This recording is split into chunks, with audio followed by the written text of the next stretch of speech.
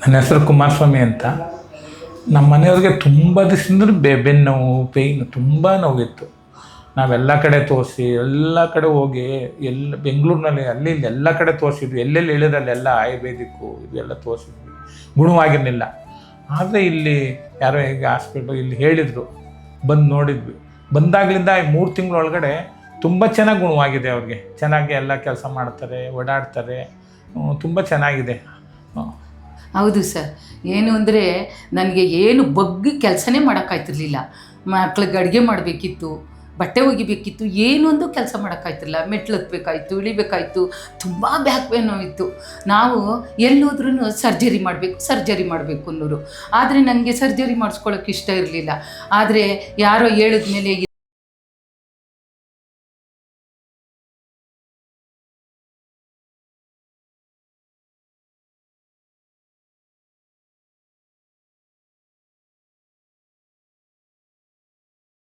ಈಗ ನನ್ನ ಕೆಲಸ ಎಲ್ಲ ನಾನೇ ಮಾಡ್ಕೊತೀನಿ. ಪ್ರತಿಯೊಂದು ಕೆಲಸನೂ ನಾನೇ ಮಾಡ್ತೀನಿ. ಈಗ ಆರಾಮಾಗಿದ್ದೀನಿ.